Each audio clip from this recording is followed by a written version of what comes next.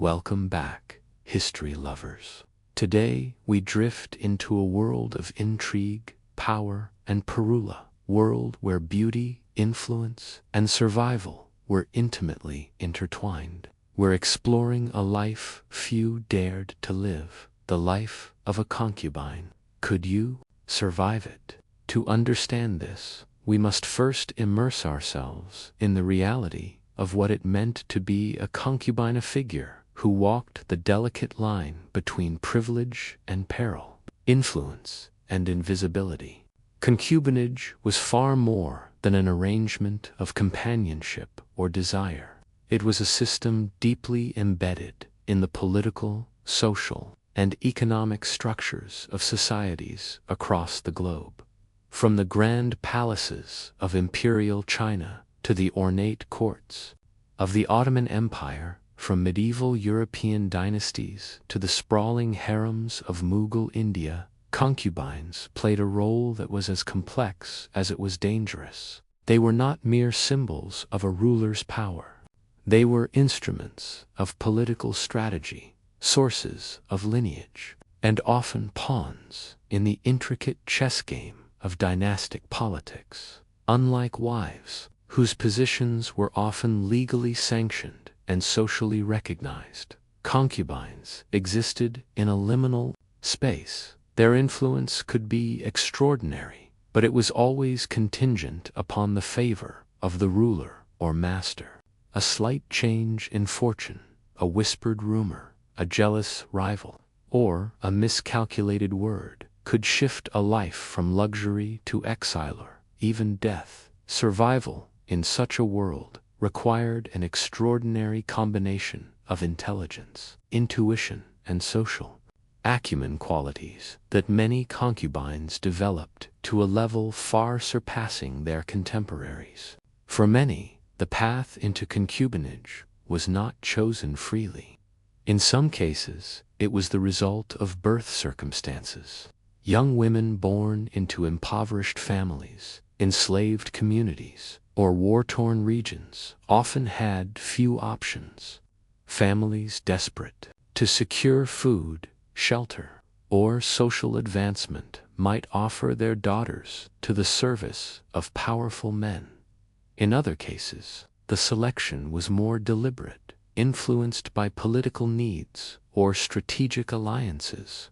In China, for instance, girls from certain provinces or families might be presented at court as part of a system designed to provide the emperor with a pool of potential concubines, each carefully selected for appearance, intellect, and demeanor. In the Ottoman Empire, the practice of devermen, though primarily involving boys for military service, paralleled the way young women were sometimes brought into harems for service and eventual elevation to concubine status. Even in Europe, where concubinage was less formalized but equally significant, kings and nobles often maintained relationships with women whose influence extended far beyond the private sphere, shaping politics, court life, and succession in subtle yet powerful ways. Yet even for those who entered this life by choice or opportunity, the journey was fraught with uncertainty. A concubine's fate was inextricably tied to the whims of her patron. Unlike legal wives, she had no guaranteed rights or protections, and her position could be revoked at any moment. Her status depended on a precarious balance of charm, skill, and intelligence. In some instances, concubines could wield immense influence advising rulers, shaping policies, and even participating in the selection of heirs. History provides examples of concubines whose counsel and insight swayed the course of empires. Wu Zixin, who began her journey in the Tang dynasty as a concubine, ultimately ascended to become the only reigning empress of China, demonstrating the remarkable heights that could be reached. However, such stories were the exception rather than the rule. Many concubines lived lives defined by uncertainty, their days a constant negotiation between desire for favor and fear of reprisal. The palace, or harem, the physical space where concubines lived, was itself a universe of rules, hierarchies, and rituals. It could be a place of lavish luxury, where silks, jewelry, and fine food surrounded the residence. Yet it was also a gilded cage. Walls, gates, and attendants ensured that movement was restricted, privacy was limited, and every action, every gesture, and every conversation was observed. The hierarchy within the harem or palace was intricate. Senior concubines often held authority over newcomers, while attendants and eunuchs acted as intermediaries, enforcing rules and transmitting information. Navigating this hierarchy required subtlety and tact. Alliances and rivalries could form overnight, and missteps could be costly. A moment of arrogance, a word spoken in the wrong context, or failure to observe a social cue could lead to demotion, humiliation, or dismissal. The stakes were high, and the pressures immense. Life as a concubine was also shaped by the expectations of beauty, demeanor, and conduct. Physical appearance was a constant preoccupation, and many concubines adhered to rigorous routines to maintain their allure. Cosmetics, bathing rituals, diet, and exercise were all part of the daily regimen designed to preserve youth and elegance. Yet beauty alone was insufficient. Intellectual engagement, artistic skill, and conversational wit were equally important. A concubine needed to entertain, engage, and charm while remaining perceptive enough to read the moods and intentions of her patron. The combination of appearance, intellect, and subtlety often determined her standing and her survival. Those who excelled could gain influence, while those who failed to navigate the intricate social dynamics risked marginalization. Beyond the physical and social demands, concubines were often caught in the crosscurrent of political and familial intrigue. Courts were arenas of power struggles, where factions competed for influence, and succession was a constant source of tension. Concubines could be used as tools in these struggles, their relationships leveraged to secure alliances or placate powerful families. Some concubines were involved in the selection of heirs or in shaping policies, their counsel sought by rulers who valued their insight. Others were sidelined or removed when their usefulness waned. In such an environment, adaptability was crucial. A concubine who could anticipate shifts in favor, who could navigate alliances and rivalries with skill, and who could cultivate a reputation of intelligence and loyalty, had a greater chance of surviving and even thriving, despite the risks. The life of a concubine also offered opportunities that were rare for women in many historical societies.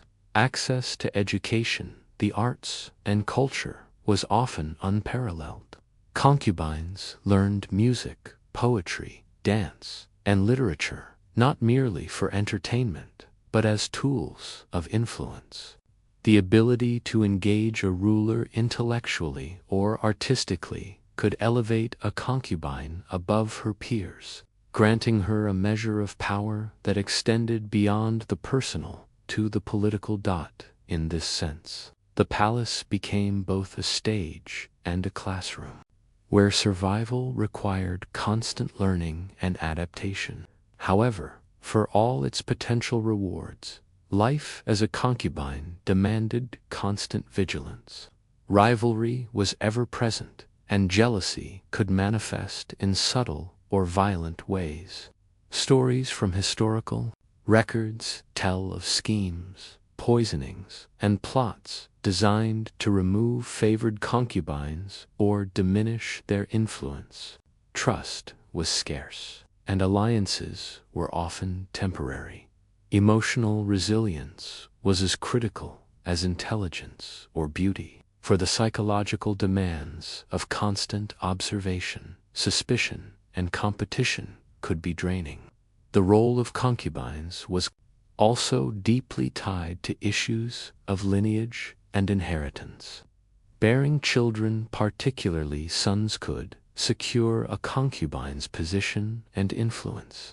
In some societies, producing an heir could transform a concubine from a marginal figure into a central player in court politics, ensuring her family's advancement and stability. Conversely, failure to produce children could limit opportunities and render a concubine vulnerable to dismissal or neglect. The stakes of reproduction were immense and the pressures unrelenting. In examining the lives of concubines, it is also important to recognize the diversity of their experiences. Not all concubines lived in palaces, not all faced the same risks, or had the same opportunities. Some were relatively autonomous, managing their own households or wielding influence in ways that extended beyond the palace. Others were confined entirely, their lives dictated by schedules, rituals, and the favor of their patron.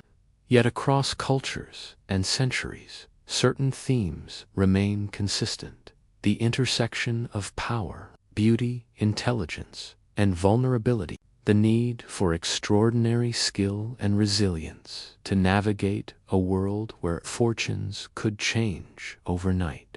The life of a concubine, then, was neither simple nor predictable. It was a life defined by contrasts: wealth and danger, privilege and restriction, influence and invisibility. It required constant calculation, keen observation, and the ability to adapt to ever-changing circumstances. It demanded courage, intelligence, and an understanding of human ambition and desire that few could master. And yet, despite the risks, many concubines thrived, leaving their mark on history in ways that extended far beyond the personal.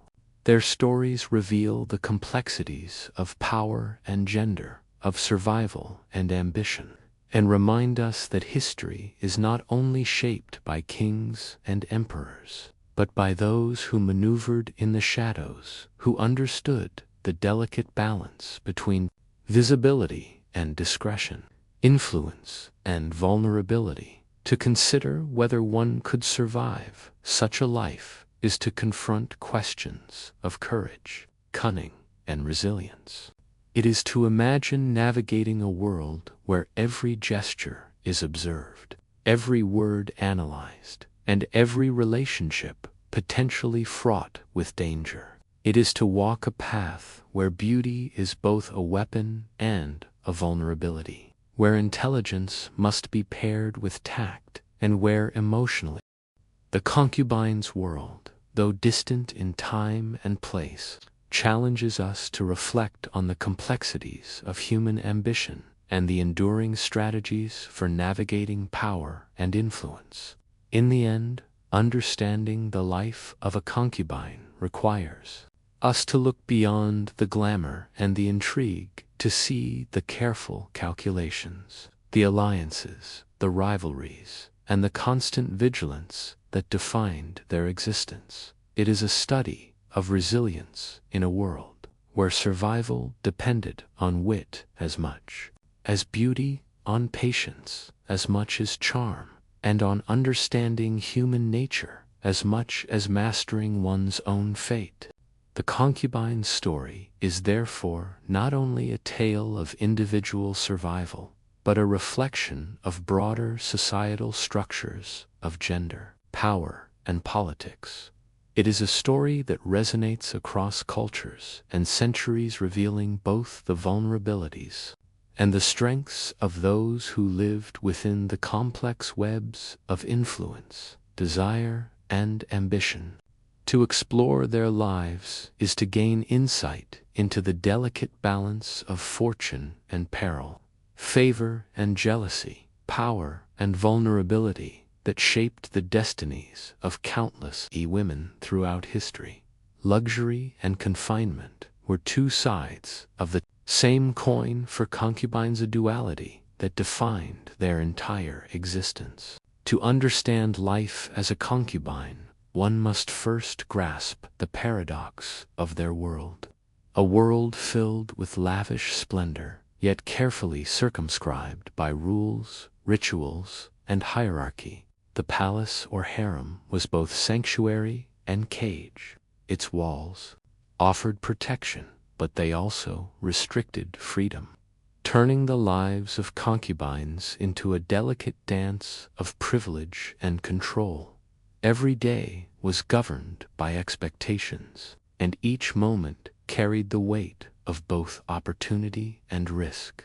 A concubine's life revolved around a complex interplay of appearances, duties, and vigilance, and her survival depended on mastering these intertwined demands. At first glance, the life of a concubine appeared enviable. Silks of the finest quality draped their bodies, delicate jewelry adorned their wrists, necks, and fingers, and sumptuous food awaited them at regular intervals. The palace itself was a testament to opulence, elaborately decorated chambers, fragrant gardens, and grand halls where ceremonies, celebrations, and audiences took place. But behind this veneer of luxury lay a highly regulated environment. Concubines were under constant scrutiny.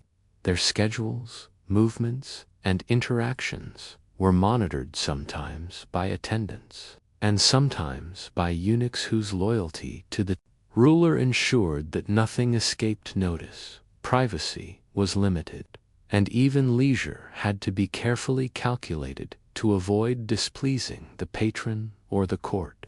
Daily life was structured around both cultivation and performance. Concubines were expected to maintain not only physical beauty, but also intellectual and artistic accomplishments. They spent hours learning and practicing music, dance, calligraphy, and poetry. Such skills were not mere entertainment. They were instruments of influence. A ruler's interest could be captivated by talent, wit, or charm, and these attributes often determined which concubines were favored and which remained peripheral. Those who excelled could elevate themselves to positions of considerable power, whereas failure to perform effectively or to meet expectations could result in marginalization or exclusion. Physical appearance demanded constant attention. The maintenance of beauty was almost a profession in itself, involving elaborate bathing routines, intricate hairstyles, and careful application of cosmetics. Dieting and exercise were often strictly enforced, designed to preserve youth, vitality, and elegance. In some cultures, specialized diets were prescribed to enhance skin tone or maintain slenderness, while herbal remedies were used to prevent illness or fatigue. Every aspect of a concubine's body was, in essence, under surveillance, not only by attendants, but by the eyes of rivals seeking opportunities to diminish her standing. Beauty was a currency in this environment, and it had to be preserved at all costs. Yet, it was never enough on its own. Intelligence, charm, and social acumen were equally critical. A concubine had to read subtle cues, interpret moods, and respond appropriately to maintain favor. Wit and conversation were tools for navigating complex social dynamics. from impressing the patron to managing relationships with other women in the palace. Knowledge of court etiquette, traditions, and political currents was essential. This seemingly simple act of greeting the ruler, participating in ceremonies, or responding to questions required careful attention, for any misstep could have consequences. In this environment, charm without discretion could be as dangerous as ignorance without talent. The palace hierarchy added another layer of complexity to daily life. Senior concubines often wielded authority over newcomers, supervising their routines, providing guidance, or enforcing rules. Eunuchs and attendants acted as intermediaries, relaying information, ensuring discipline, and maintaining order. Navigating this structure required subtlety. Alliances could be advantageous, but rivalries were common and sometimes lethal. Observing and understanding the dynamics between senior and junior concubines, as well as between concubines and attendants, was crucial for survival. A concubine who failed to perceive threats or opportunities risked marginalization or even removal from the court. Amidst these pressures, leisure and recreation had carefully defined boundaries. Gardens, music rooms, and private chambers offered moments of respite. Yet even relaxation could be fraught with political significance. A walk in the garden, a musical performance, or a private conversation could be interpreted as a display of ambition or an attempt to gain influence. Every action had to balance personal comfort with the strategic considerations of court life. There were no truly private moments, and every gesture could be scrutinized for meaning. The emotional and psychological demands were intense. Constant competition, uncertainty, and the ever-present possibility of disfavor required remarkable resilience. Jealousy among concubines could manifest in subtle sabotage, gossip, or even open confrontation.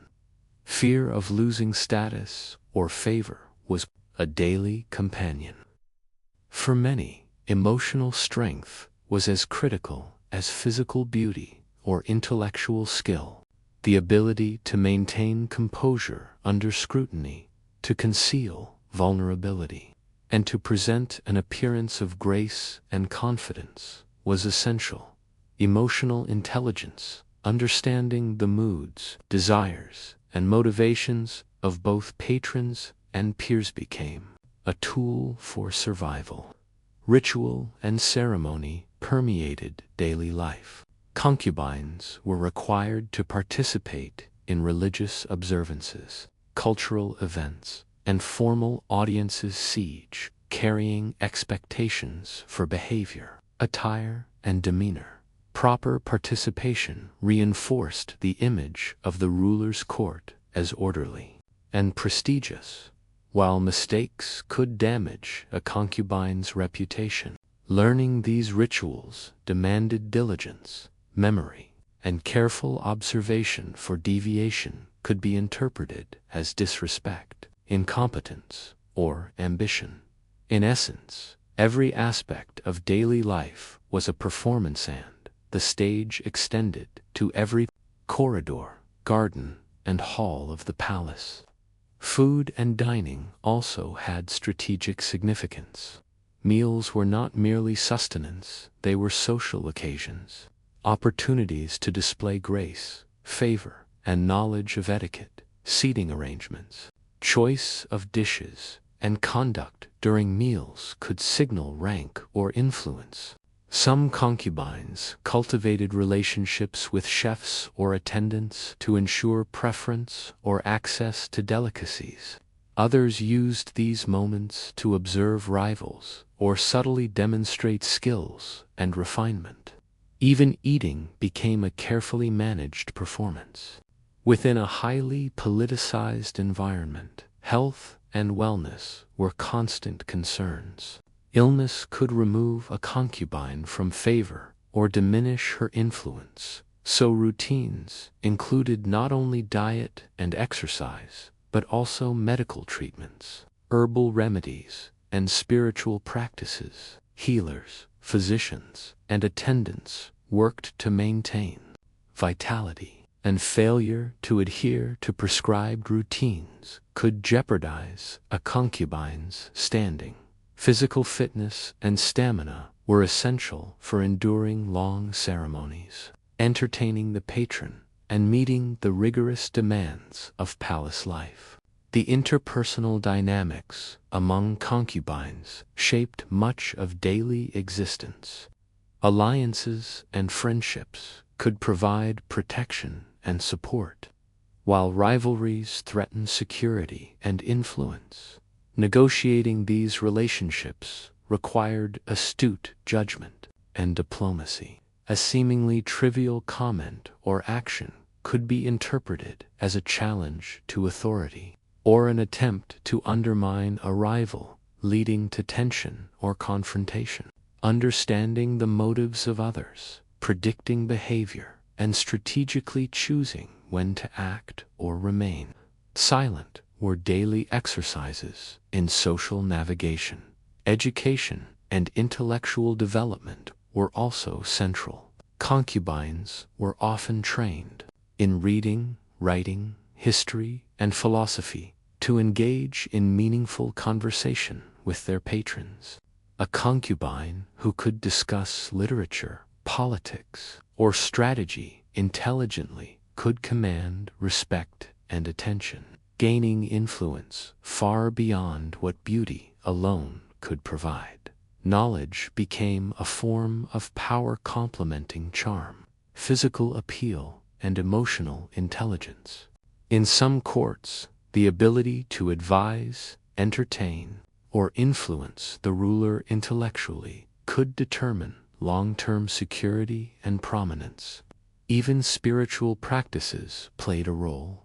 Concubines might be expected to participate in religious rituals, maintain pious appearances, or observe fasting and prayers.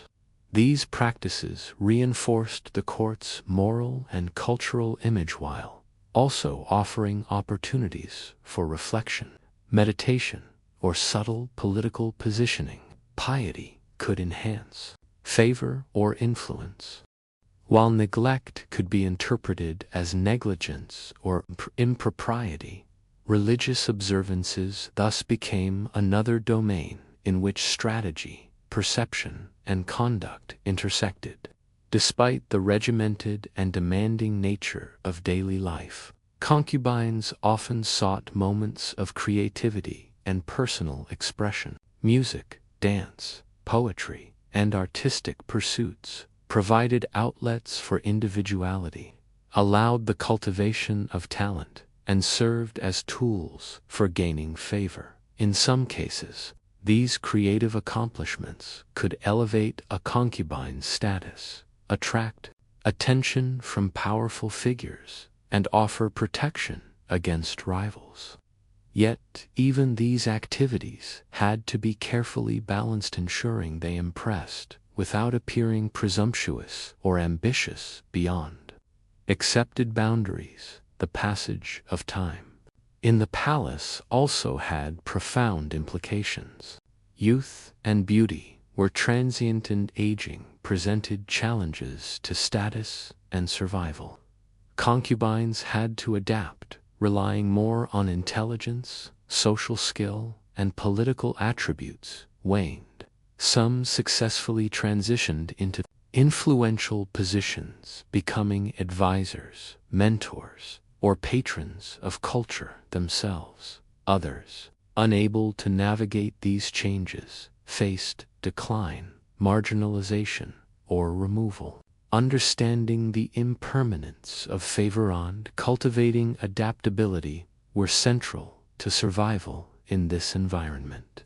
Ultimately, the daily life of a concubine was a complex tapestry of luxury, discipline, performance, and strategy, Every action from grooming to conversation to participation in ceremonies carried weight. Every relationship from alliances to rivalries demanded careful management.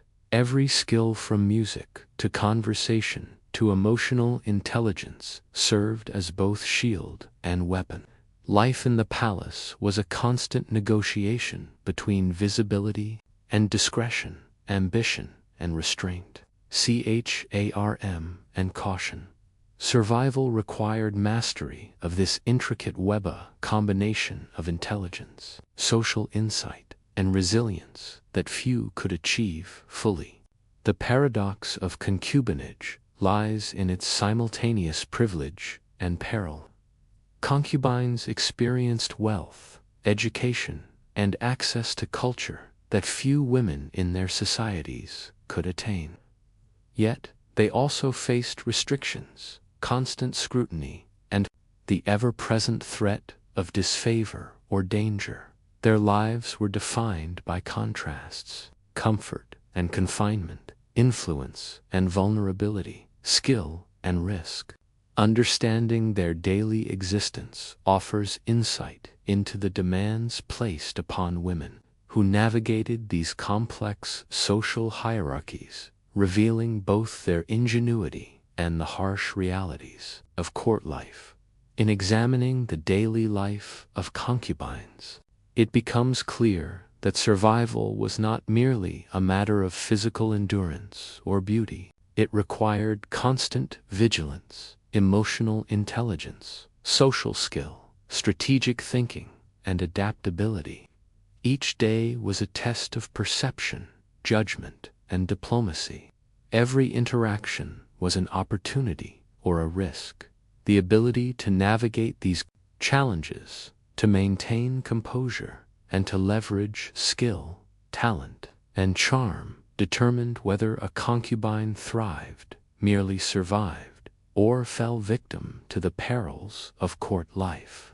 Ultimately, daily life as a concubine was a study in contrasts, a world where luxury and danger were inseparable, and where survival depended as much on intellect, observation, and emotional resilience as on beauty and charm to walk through. Such a life is to witness the extraordinary skill, courage, and adaptability required to navigate a world where every detail mattered, where influence was both fragile and potent, and where the balance between favor and peril could shift at any moment, despite the risks and challenges of daily life. Concubines often held remarkable potential for influence and power, and this influence could shape the course of empires in subtle and profound ways. The very position that rendered them vulnerable, their proximity to the ruler, their presence in the court, was simultaneously a source of opportunity. A concubine's success depended on her ability to leverage this proximity, transforming it into influence that could secure her survival, elevate her status, and in rare cases alter political landscapes. Yet, with power came peril, and the exercise of influence was never without consequence. To understand this dynamic is to understand the delicate, strategic, and often dangerous role concubines played behind closed doors. A favored concubine could affect decision-making at the highest levels. In many historical courts, rulers relied on women close to them, not only for companionship, but also for counsel. A concubine's perspective could shape appointments, sway political alliances, and influence the selection of heirs. The palace became a theater of negotiation, persuasion, and subtle manipulation, where intelligence, tact, and charm often mattered more than brute force. The ability to read moods, anticipate desires, and present advice in a manner that pleased rather than offended could determine whether a concubine rose in prominence or faded into obscurity. History provides numerous examples of concubines who wielded extraordinary power. In imperial China, the story of Wu Zetian stands as a testament to the potential for influence. Beginning her life in the palace as a concubine, she leveraged her intelligence, political acumen, and strategic alliances to ascend the ranks, eventually becoming the only woman to rule China as emperor in her own right. Her rise illustrates the remarkable potential of concubinage not merely as a position of vulnerability, but as a platform for power. Yet Wu Zetian's story was exceptional, highlighting that such ascension required extraordinary skill, resilience, and timing. Most concubines never reached such heights, but even those who did not could exercise subtle influence, shaping court life, culture, and policy through persuasion, alliances, and strategic use of their presence. The means by which concubines exercised influence varied. Some relied on emotional intelligence and personal charm, cultivating relationships with the ruler that allowed them to subtly guide decisions. Others employed intellectual skill, offering insights into politics, strategy, or culture that earned them a reputation as indispensable advisors. Still others focused on forming networks of support within the palace, lining themselves with key figures, attendants, or other concubines to protect their positions and amplify their influence. Understanding the motivations of others and anticipating their actions were critical skills, enabling concubines to navigate the treacherous waters of court politics with a combination of foresight, subtlety, and diplomacy. One of the most tangible ways a concubine could secure her influence was through childbirth, particularly the birth of sons. In many dynasties, producing a male heir could elevate a concubine from a peripheral figure to a central player in succession politics. Her son's future as a potential ruler made her indispensable, and her advice, presence, and interests could carry more weight than that of many senior officials. However, bearing children also carried risks. Rival concubines might attempt to undermine her position, and court intrigue could target both mother and child. Fertility and maternity thus became intertwined with strategy, politics, and personal survival, creating pressures that were as intense as they were consequential. The exercise of power was rarely direct.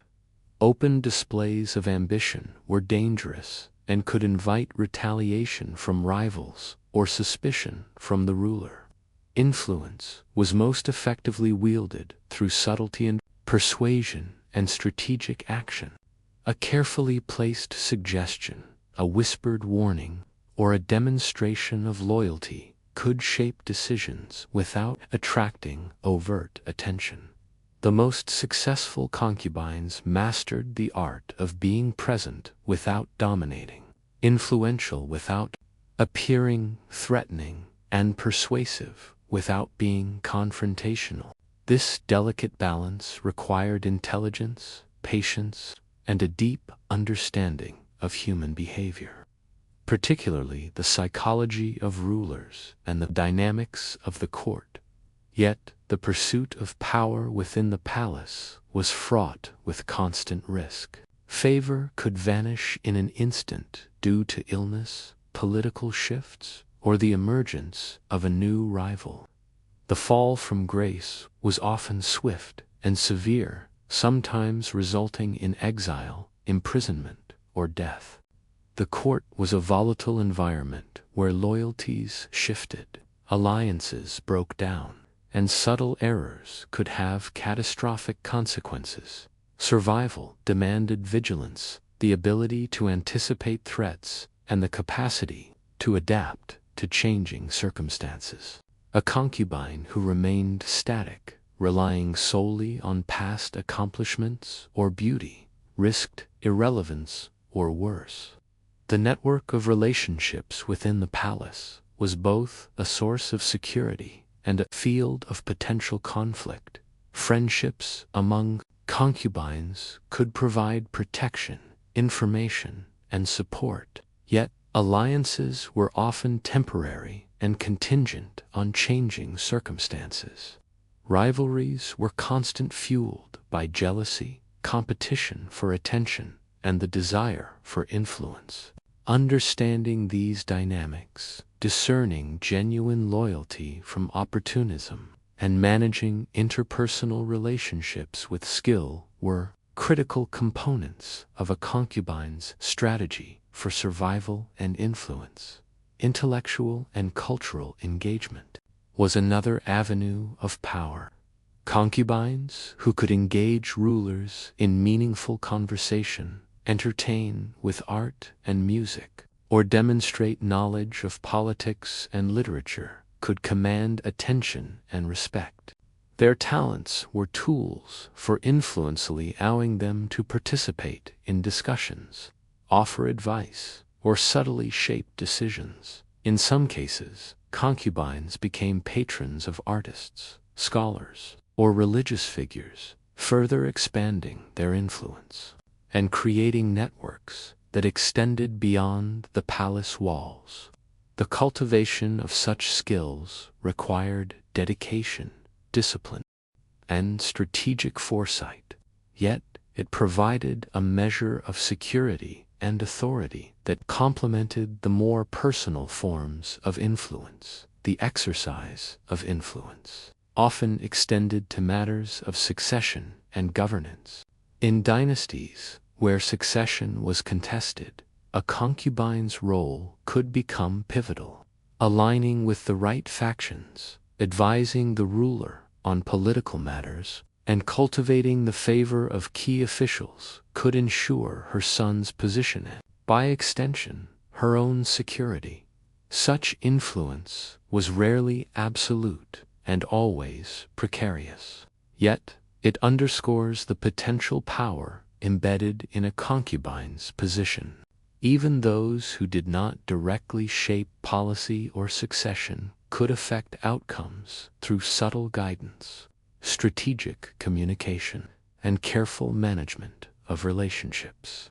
Relational intelligence was central to navigating these dynamics. A concubine needed to interpret social cues, anticipate reactions, and respond in ways that preserved favor while minimizing risk. Reading the mood of the ruler, understanding the motivations of rivals, and predicting the outcomes of social interactions were daily exercises in strategy. Mistakes could lead to demotion, public humiliation, or removal from the court, highlighting the high stakes involved in every interaction. Success required constant observation, reflection, and adaptation, along with the ability to act decisively when opportunity or danger presented itself, were equally vital. The pressures of competition, scrutiny, and uncertainty created intense emotional strain. Concubines had to manage their own fears, desires, and ambitions while remaining sensitive to the emotions and expectations of others. The ability to maintain composure under stress, to conceal vulnerability, and to respond with tact and diplomacy often determined whether a concubine thrived or faltered. Emotional strength was not optional, it was essential for navigating a world in which personal fortunes were intimately tied to the perceptions and moods of others. The interplay between visibility and discretion defined much of a concubine's strategy. Being noticed by the ruler was necessary for influencing. Being too visible could provoke jealousy or suspicion. Balancing these demands required constant calculation and awareness of context. A carefully timed appearance, a subtle Display of talent or a measured intervention in conversation could enhance influence without attracting undue attention. Conversely, misjudging the situation could have dire consequences, emphasizing the importance of situational awareness, timing, and strategic communication. Influence was also shaped by cultural and societal norms. The expectations of gender, status, and propriety dictated the ways in which concubines could assert themselves, guiding their speech, conduct, and ambitions within tightly drawn boundaries. Mastery of these unspoken rules was as vital as any political maneuver. Understanding these norms and skillfully navigating them allowed concubines to exercise power within socially acceptable boundaries. Those who could blend compliance with subtle assertion often succeeded in enhancing their position, while those who violated expectations faced ostracism or punishment. Mastery of cultural codes, etiquette, and social expectations was thus both a protective measure and a tool for influence. Political acumen was critical in a context where decisions could have lasting consequences. Concubines needed to assess risks, weigh the potential outcomes of actions, and make strategic choices, aligning with the right factions, cultivating the favor of influential figures, and anticipating political shifts were ongoing tasks. The consequences of miscalculation could extend beyond personal misfortune to affect families, alliances, and even the broader political landscape. The stakes of influence within the palace were therefore profound, demanding intelligence, foresight, and strategic skill. Despite the inherent risks, concubines who successfully exercised influence often left lasting legacies. Through their counsel, patronage, and guidance, they shaped decisions, supported cultural development, and affected the succession of power. Their presence in history highlights the ways in which individuals operating behind the scenes, often constrained by social and political norms, could nonetheless wield significant authority. Even those whose influence was less direct contributed to the shaping of their societies, revealing the complex interplay between personal agency, social structures, and historical outcomes. Survival and influence were inseparable. To maintain favor and exercise power, concubines needed to cultivate multiple skills simultaneously: intelligence, charm, discretion, observation, and emotional resilience. They navigated a world in which fortunes could change suddenly, where alliances were fragile, and where success depended on a combination of personal ability and strategic insight. Those who mastered these demands could achieve remarkable outcomes, rising to positions of substantial authority or shaping the lives of rulers and empires in meaningful ways. Ultimately, the exercise of power behind closed doors was both an art and a science. It required understanding human nature, anticipating reactions, managing relationships, and strategically deploying talents and influence. The most successful concubines combined grace, intellect, and psychological insight with patience, timing, and discretion. Their ability to navigate these complexities determined their survival, status, and legacy, illustrating the extraordinary skill required to operate in the fraught and intricate environment of court life. Life as a concubine, therefore, was not merely a passive existence, but an active engagement with power, strategy, and human behavior. It was a life defined by calculated moves, subtle persuasion, and the constant assessment of risk and opportunity. The palace, with all its splendor. And scrutiny was a stage for these dynamics, and the concubine's success depended on her mastery of its many layers. Through intelligence, adaptability, and strategic skill, she could influence rulers, shape policies, and leave an enduring mark on history even in circumstances designed to limit her autonomy. Life as a concubine was not merely a test of beauty, intelligence, or strategic skill. It was, above all, a profound exercise in emotional and psychological endurance. While the palace walls glittered with gold, silk, and ornamentation, they also enclosed a world where fear, loneliness, and uncertainty were constant companions. To survive, a concubine had to navigate not only the visible dangers of court politics and rivalries, but also the invisible, relentless pressures of the mind and heart. The emotional landscape of a concubine's life was intricate, fraught with tension, longing, and the constant negotiation between desire and self-preservation.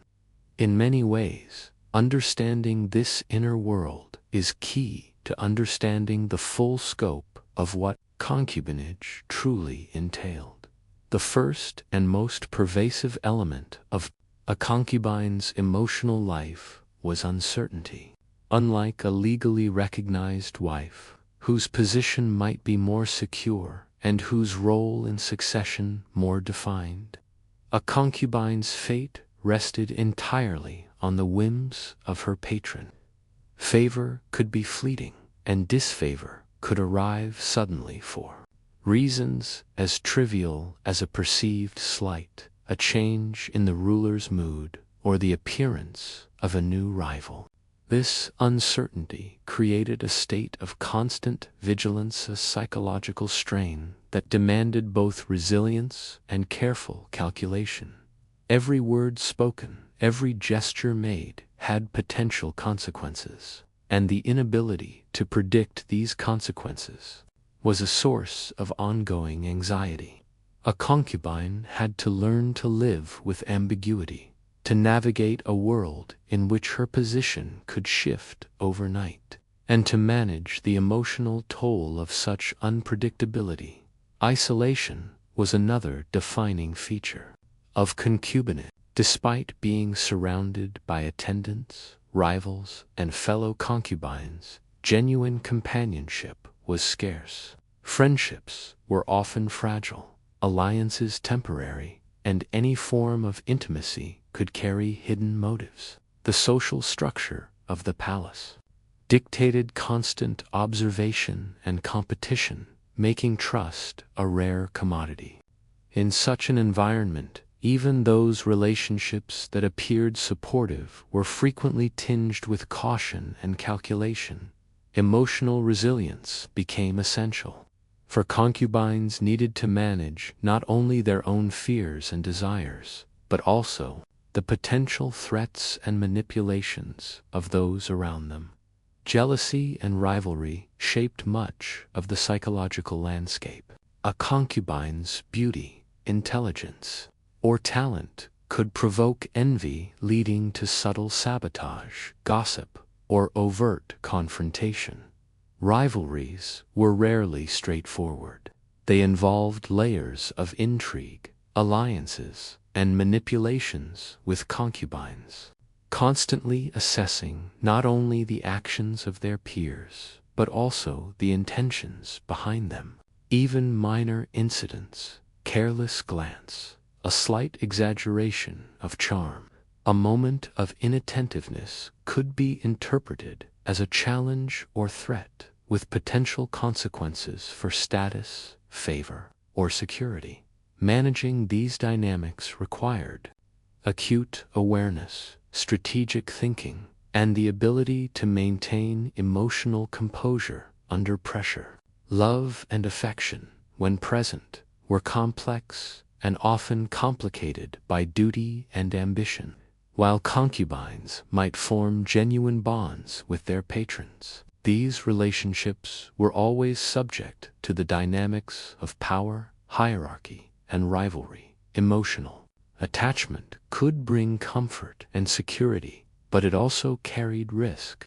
Affection could be withdrawn, manipulated, or exploited, leaving concubines vulnerable to emotional harm. The capacity to navigate these relationships required a careful balance between openness and caution, between expressing desire and maintaining independence. Emotional intelligence, understanding the nuances of the ruler's behavior, anticipating reactions, and responding appropriately became as crucial as beauty or skill. The psychological impact of confinement and control cannot be overstated. Despite access to luxury and culture, concubines lived in spaces where movement was restricted, routines were regulated, and autonomy was limited. Privacy was re-ranned. Every action could be observed, judged, or reported.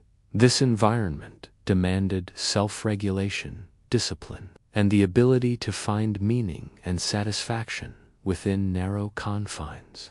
For many, the creation of personal routines, engagement in artistic pursuits, or intellectual study provided a measure of control and autonomy, allowing them to assert identity and agency within the constraints of their circumstances. Fear was a constant companion, often manifesting as both rational concern and pervasive anxiety.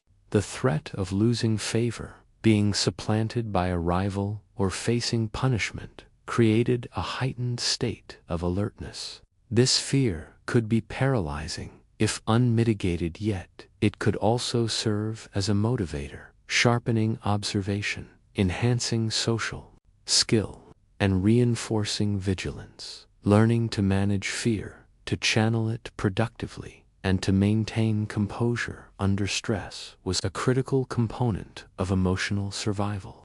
Concubines who succumbed to fear risked mistakes, misjudgments, or visible displays of vulnerability that could imperil their position. The interplay between hope and despair was another defining aspect of a concubine's inner life. Favor could inspire hope for increased influence, security, or the possibility of bearing a child who might elevate her status. Yet this hope was fragile, dependent on factors beyond her control. Conversely, periods of neglect or disfavor could induce despair, highlighting the tenuousness of her existence. Emotional resilience required the ability to navigate these extremes, maintaining equilibrium even in the face of shifting fortunes. A concubine who could endure disappointment, recover from setbacks, and continue to project grace and competence was more likely to survive and thrive. Concubines also had to negotiate the tension between self-interest and strategic calculation.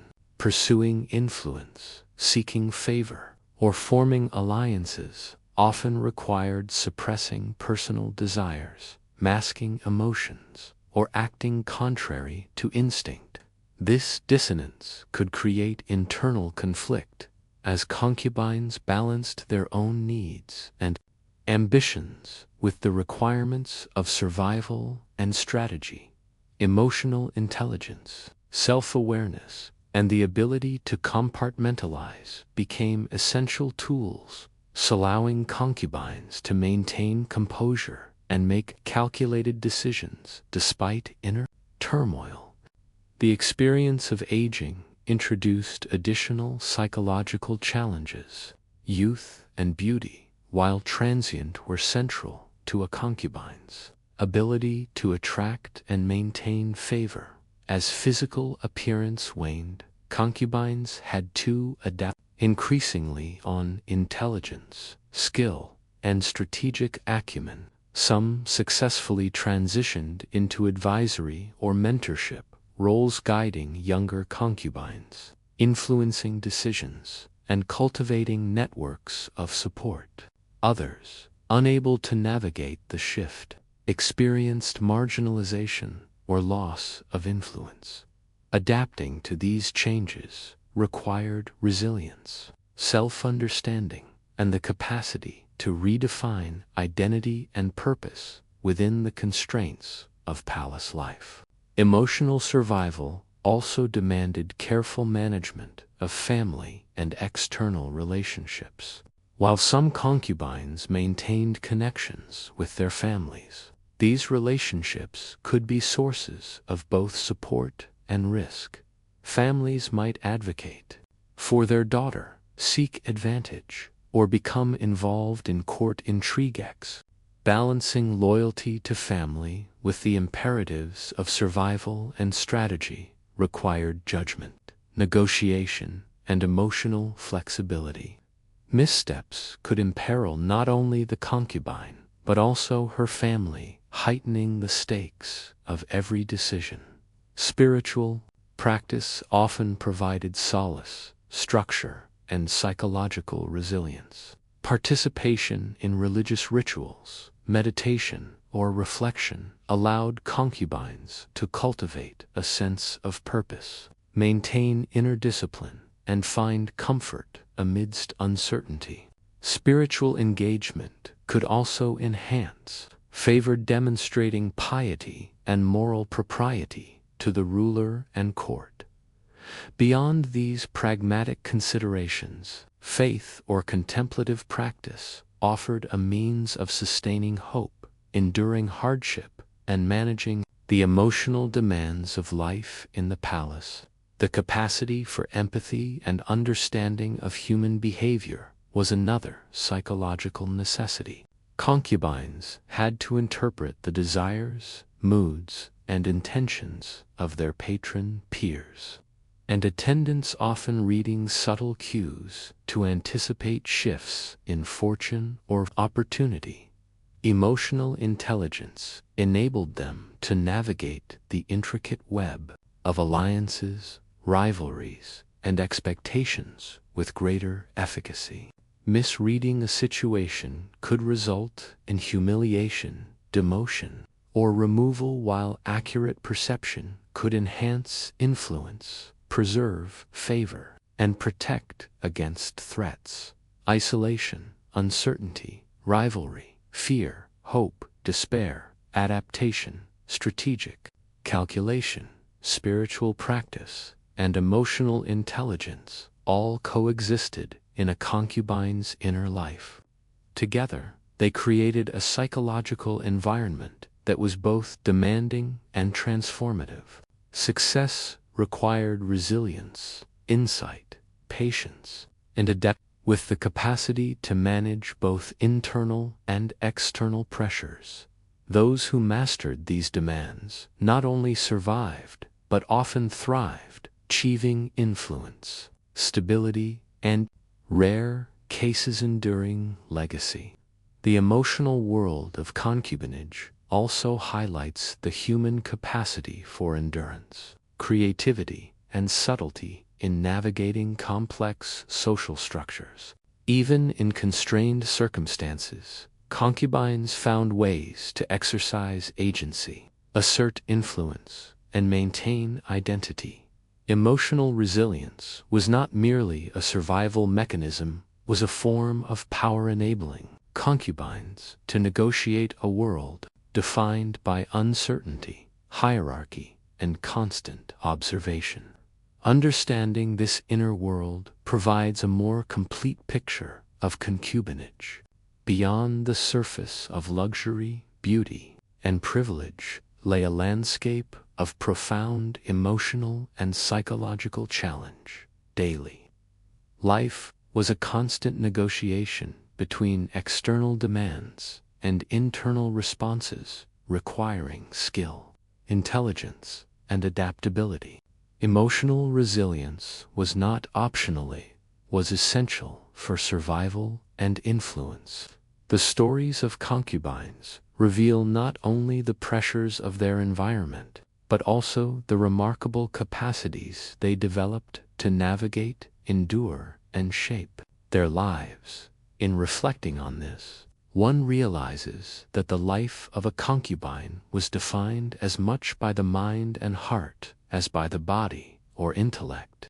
Emotional acuity, psychological flexibility, and resilience under pressure were as critical as beauty, charm, or strategic skill. Survival depended on understanding the complex dynamics of favor, fear, rivalry, and alliance, and on managing one's own emotional responses in a high-stakes environment. The concubine's inner life was thus both a crucible and a source of potential power, shaping her capacity to influence, endure, and navigate the uncertainties of the court. Ultimately, the emotional and psychological experience of concubinage reveals a world of intense pressures and extraordinary skill. Concubines had to manage isolation, rivalry, uncertainty, and fear while cultivating hope, intelligence, and strategic insight. Their ability to navigate these challenges determined their survival, influence, and legacy. This inner landscape, hidden from public view, was as critical to a concubine's existence as any external display of beauty, talent, or charm. It is within this psychological world that the true complexity of concubinage becomes evident, a life of both peril and potential, where emotional resilience, intelligence, and insight were as vital as any other form of skill or advantage. Life as a concubine, then, was an intricate tapestry of emotional and psychological challenge, demanding constant vigilance, adaptability, and skill. It was a life that tested the limits of endurance, intelligence, and self-control, requiring mastery, not only of social dynamics, but also of one's own inner world. Those who succeeded navigated a labyrinth of fear, hope, rivalry, and influence, achieving both survival and, in some cases, remarkable power. Their stories illuminate the human capacity to endure, adapt, and thrive in environments of extreme complexity, offering insights into the resilience, subtlety, and ingenuity required to navigate the hidden corridors of history. Life as a concubine was not merely a matter of endurance or submission. It was an education in strategy, negotiation, and personal empowerment. Beneath the veneer of silk, jewels, and ceremony lay a world where every action could determine a woman's fate, and survival depended on mastering both overt and subtle forms of power. While much of the world outside the palace understood concubinage as a life of luxury and glamour, those who lived it knew that true influence required intelligence, foresight, and the skillful management of relationships, perception, and opportunity. The most successful concubines understood that power was often hidden, exercised in quiet moments through observation, subtle persuasion, and strategic action. From the very beginning, a concubine's journey was one of calculated adaptation. Arriving at court or palace, she entered a highly structured environment governed by rules, hierarchies, and intricate social codes. Her survival and advancement required rapid learning, understanding the nuances of etiquette, the unspoken rules of interaction, and the delicate dynamics between rulers, officials, attendants, and fellow concubines. This initial period was often overwhelming, with every gesture and word carrying weight.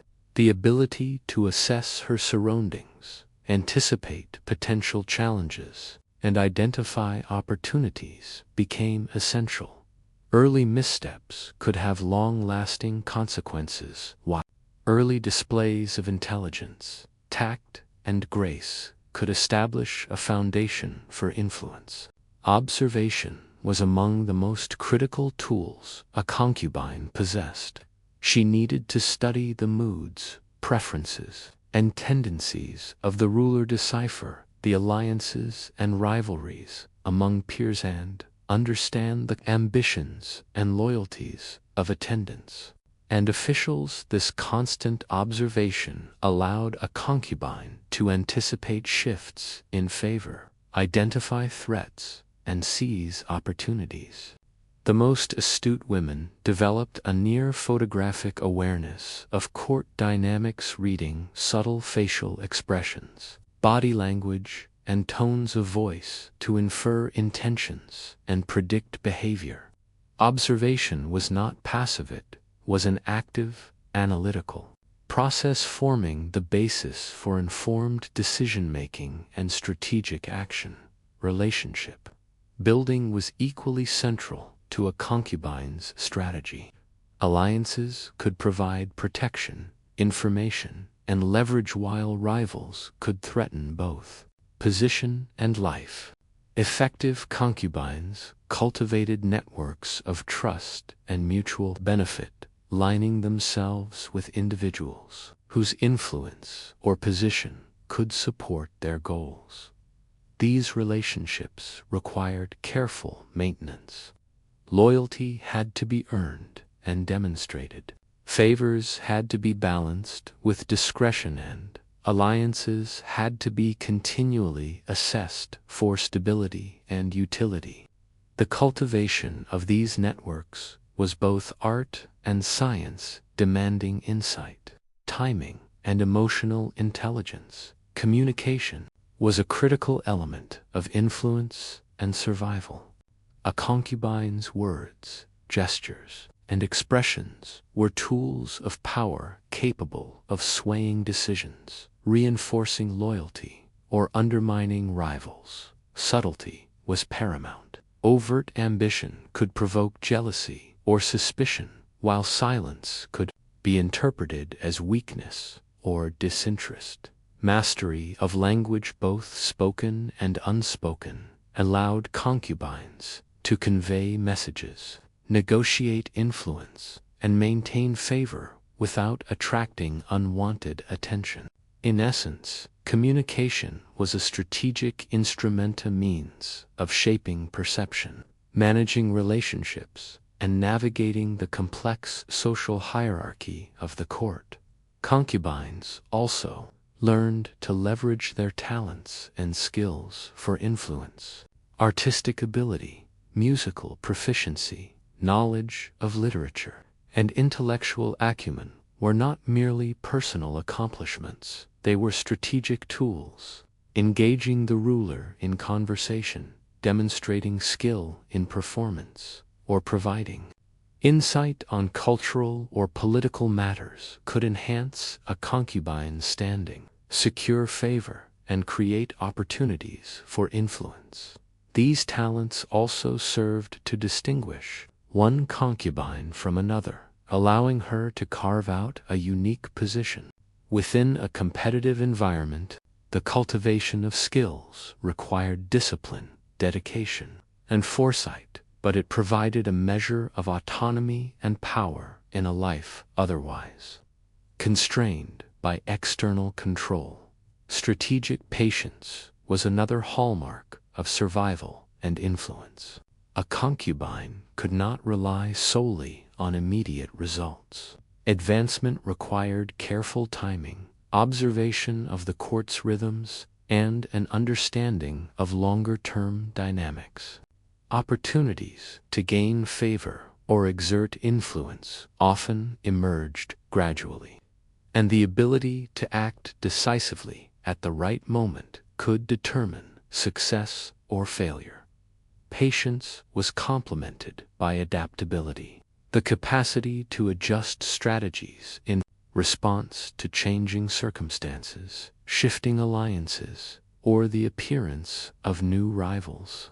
Those who mastered both patience and adaptability could navigate the palace's uncertainties with resilience and strategic foresight. Emotional intelligence underpinned many of these strategies. the ability to manage one's own emotions, read the emotions of others, and respond appropriately was critical. Concubines faced constant scrutiny, competition, and ambiguity, and mismanagement of emotion could lead to disfavor or danger. Emotional control allowed concubines to project confidence, grace, and competency in situations of stress or uncertainty. It also enabled them to negotiate relationships skillfully, using empathy, persuasion, and subtlety to maintain influence and protect their positions. The management of perception was an essential tool of hidden power. Concubines understood that appearances mattered as much as reality. The way they presented themselves through demeanor, dress, speech, and behavior shaped the perceptions of the ruler, peers, and attendants. A carefully curated image could reinforce authority, demonstrate loyalty, or signal intelligence and sophistication. Conversely, missteps in presentation could invite scrutiny, diminish influence, or provoke rivalries. Managing perception required constant attention, self-awareness, and strategic planning. Concubines also learned to anticipate and mitigate threats. The court was a landscape of constant competition where rivals could exploit weaknesses and unforeseen events could alter fortunes. Identifying potential risks, assessing their likelihood and impact, and developing contingency strategies were critical skills. This could involve forming alliances, gathering information, discreetly countering rival actions, or subtly reinforcing one's position. The ability to anticipate threats and act preemptively was a defining feature of concubines who achieved long-term stability and influence. Education and knowledge were not merely cultural accomplishments, they were strategic assets. Concubines who could engage in informed discussion, provide advice, or demonstrate intellectual acumen gained respect and authority. Knowledge of politics, history, and current events allowed them to advise the ruler, influence decision-making, and navigate complex social dynamics. In some cases, concubines became trusted counselors. Their insights sought not only for cultural or personal reasons, but for their practical value in governance and diplomacy. Knowledge was both protection and power-enhancing. A concubine's ability to navigate uncertainty and assert influence, adaptation to aging, and changing circumstances was a further element of hidden power. As physical beauty waned, concubines relied increasingly on intelligence, strategic insight, and social skill. Successful women transitioned into advisory roles, mentorship positions, or patronage activities, leveraging experience and reputation to maintain influence. Others cultivated protégés, shaping the next generation of concubines and extending their legacy indirectly. Adaptability allowed concubines to convert potential decline into opportunity, demonstrating resilience, foresight, and the capacity for sustained strategic thinking. The cultivation of resilience and personal growth was intertwined with survival strategies. Life in the palace was demanding, unpredictable, and often perilous, and those who endured developed remarkable capacities for self-discipline, observation, and emotional management. Concubines honed their ability to navigate social complexity, anticipate challenges, and respond effectively to adversity. This personal growth was not abstracted, translated directly into practical advantages in influence, security, and strategic maneuvering. In many cases, the skills developed through necessity became lifelong assets, allowing concubines to exert power and shape outcomes in ways that transcended the palace. Spiritual and psychological practices also supported hidden power. Some concubines drew on religion, meditation, or contemplation to maintain emotional balance, cultivate patience, and sustain hope. These practices offered resilience in the face of uncertainty and reinforced strategic thinking by fostering clarity, focus, and perspective. Spiritual engagement provided both inner strength, moral standing, and wisdom. It was a form of power that operated subtly, shaping both self-conception and the perceptions of others. The ability to cultivate loyalty and influence without overt displays of ambition was a defining characteristic of successful concubines. Open assertion of power could provoke rivals or arouse suspicion, while passive compliance could lead to marginalization. Those who mastered the art of subtle influence through advice, demonstration of skill, strategic alignment, or quiet persuasion could secure long-term stability and authority. This hidden power exercised behind the scenes was often more durable and effective than overt displays of control. Concubines also learned to leverage risk strategically. Opportunities for advancement often involved calculated risk, whether in forming alliances, speaking at opportune moments, or influencing decisions subtly. Understanding when to act, how to act, and when restraint was more advantageous required judgment, foresight, and confidence. Risk management became an essential component of strategic power, balancing potential gains against the threat of failure or reprisal. Those who mastered this balance enhanced their influence, reinforced their security, and sometimes altered the course of events within the court. Mentorship and intergenerational influence were additional avenues for hidden power.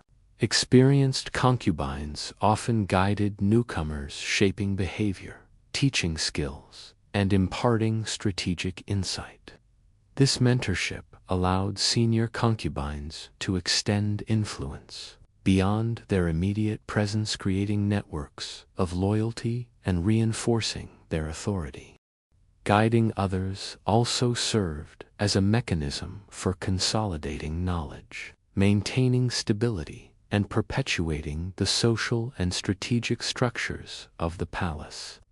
In essence, concubinage was a school of strategy, personal growth, and hidden power. Those who thrived developed mastery in observation, emotional intelligence, communication, relationship building, talent cultivation, risk management, adaptability, and mentorship.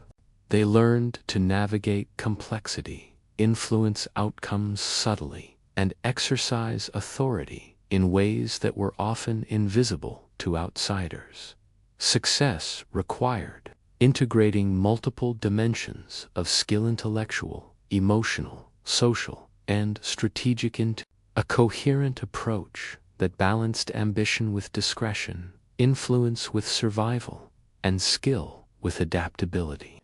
The lessons of concubinage extended beyond the palace walls. The development of resilience, strategic insight, and emotional acuity had implications for broader life, politics, and cultural influence.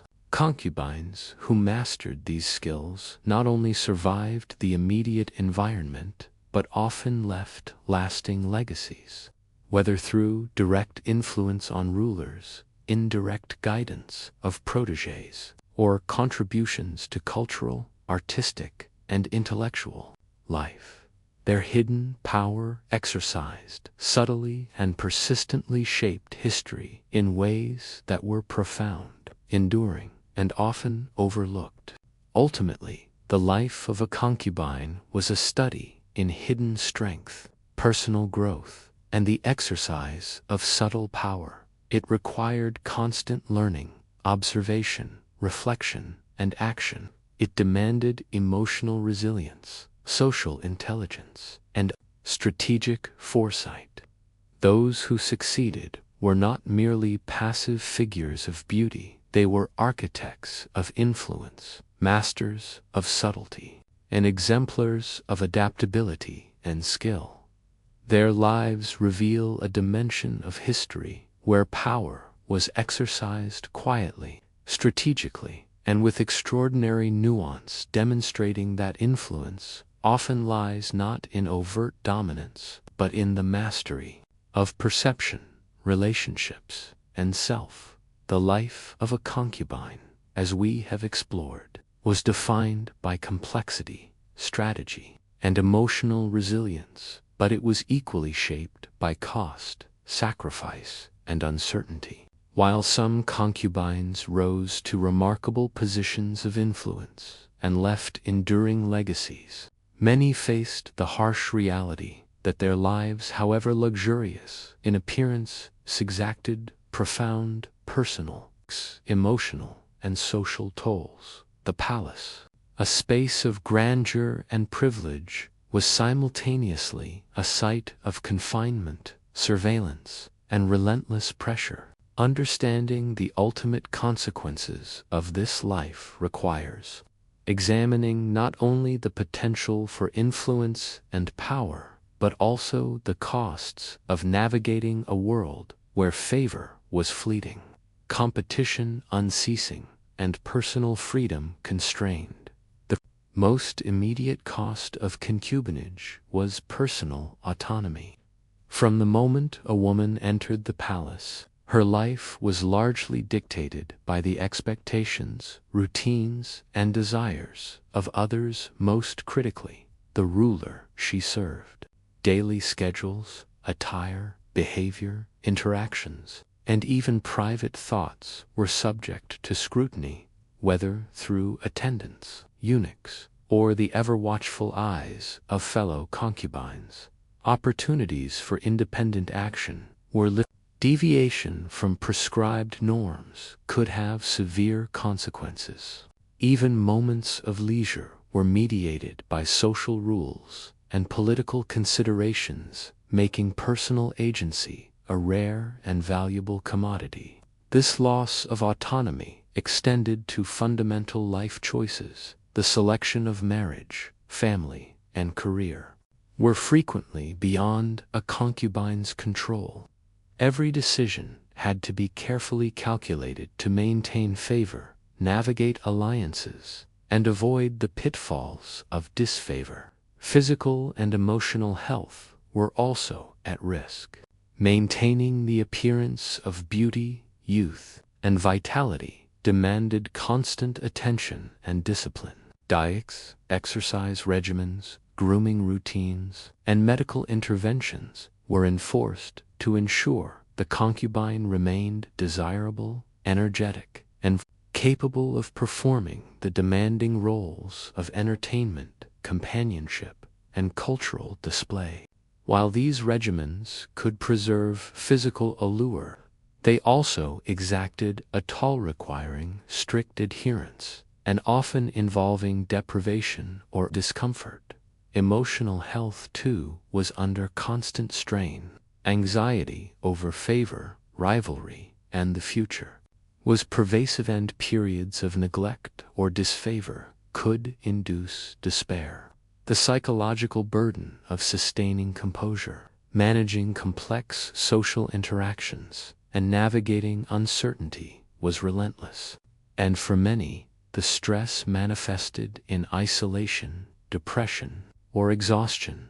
One of the most profound costs of life as a concubine was the limitation on genuine emotional intimacy. Relationships were frequently instrumental rather than personal, driven by survival, strategy, or ambition. Affection, friendship, and love could be fleeting, manipulated, or compromised by the necessities of court life. Even the bond with the ruler, while potentially rewarding, was fraught with unpredictability. Favor could be withdrawn, such a concubine vulnerable to neglect, rivalry, or outright hostility. The very relationships that might provide comfort or support were embedded within a network of competition and strategic calculation making. Authentic connection difficult to maintain. This emotional isolation